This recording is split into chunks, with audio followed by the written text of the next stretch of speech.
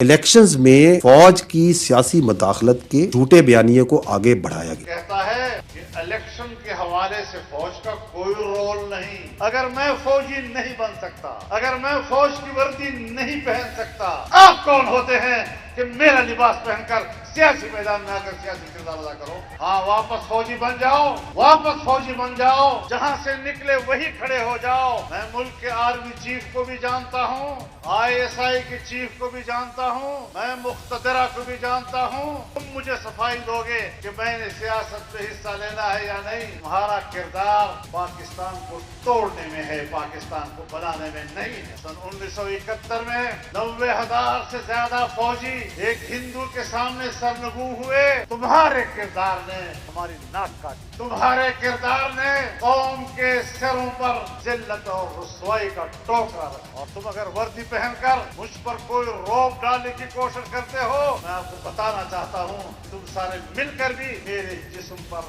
روح تک نہیں۔ تو ادھر ادھر کی نہ بات کر، یہ بتا کہ قافلہ کیوں لوٹا؟ مجھے راہ حسن سے غرض نہیں، تیری رہبری کا سوال۔ اگر حالات آگے بڑھتے ہیں، معاملہ جیلوں تک جاتا ہے تو جائیں گے یا نہیں؟ جائیں گے انشاءاللہ۔ میں جس جگہ پہ کھڑا ہوں کسی دلیل سے ہوں، میں یوں ہی دست و گریباں نہیں زمانے سے۔ ایک دو دن قبل افواج پاکستان کے ایک ترجمان کی پریس کانفرنس جو غالباً 3 گھنٹوں پر محیط تھی، اور کچھ پتہ نہیں چلا کہ 3 گھنٹے میں اس نے کہا کیا ہے۔ اتنی فصاحت و بلاغت کے ساتھ بات کر رہا تھا۔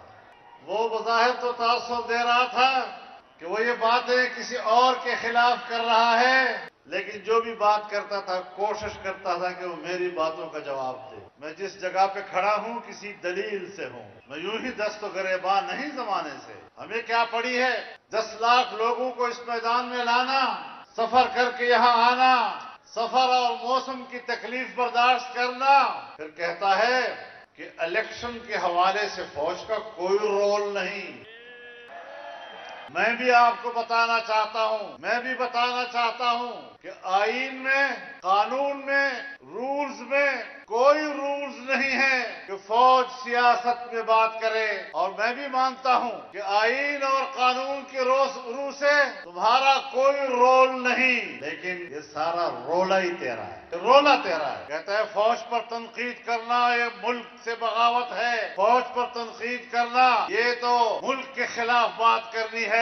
ہاں، میں بھی جانتا ہوں فوج میری ریاست کی محافظ ہے، لیکن جب آپ آئینی آرٹیکل کے مطابق حلف اٹھاتے ہو فوج میں شامل ہونے کے وقت کہ میرا سیاست سے کوئی تعلق نہیں ہوگا، میں سیاست میں کوئی حصہ نہیں لوں گا، پھر جس وقت تم سیاست میں حصہ لیتے ہو تو پھر تم اس وقت پاکستان کے فوجی نہیں رہتے، اس لیے میں تم پر تنقید کرتا ہوں۔ میں ملک میں کوئی اندھی سیاست نہیں کر رہا۔ میں ملک کے آرمی چیف کو بھی جانتا ہوں، ISI کے چیف کو بھی جانتا ہوں، میں مقتدرہ کو بھی جانتا ہوں۔ میں 40 سال سے زیادہ عرصہ پاکستانی سیاست سے وابستہ رہ کر اس چیز سے اب ناواقف ہوں کہ تم مجھے صفائی دو گے کہ میں نے سیاست میں حصہ لینا ہے یا نہیں۔ میرا دعویٰ آپ کے خلاف یہ ہے کہ تم نے سیاست میں حصہ لیا ہے، اس کے بعد تم پاکستان کے فوجی نہیں رہے کہ میرے اوپر تمہارا احترام لازم ہے۔ ہاں، واپس فوجی بن جاؤ، واپس فوجی بن جاؤ، جہاں سے نکلے وہی کھڑے ہو جاؤ، میں آپ کے شانہ بشانہ کھڑا ہو جاؤں۔ شاید یا تم نے مجھے نہیں پہچانا یا میں نے تمہیں نہیں پہچانا، لیکن مجھے پوری طرح اطمینان ہے کہ میں نے آپ کو ٹھیک سمجھا، کہ آپ کے بارے میں اپنی رائے دینے میں کوئی کسی قسم کا تردد نہیں ہے۔ میرے محترم دوستو، پاکستان کے قیام میں تمہارا کوئی رول نہیں۔ پاکستان کو پاکستان کی ہندوستان کے مسلمانوں نے بنایا، عوام نے بنایا، قربانیاں دی، اور ان قربانیوں کے نتیجے میں پاکستان بنا ہے۔ اور پاکستان کا جھنڈا تم نے نہیں لہرایا، پاکستان کا جھنڈا ہم نے لہرایا۔ پاکستان جب بنا ہے تو تمہارا کردار پاکستان کو توڑنے میں ہے، پاکستان کو بنانے میں نہیں ہے۔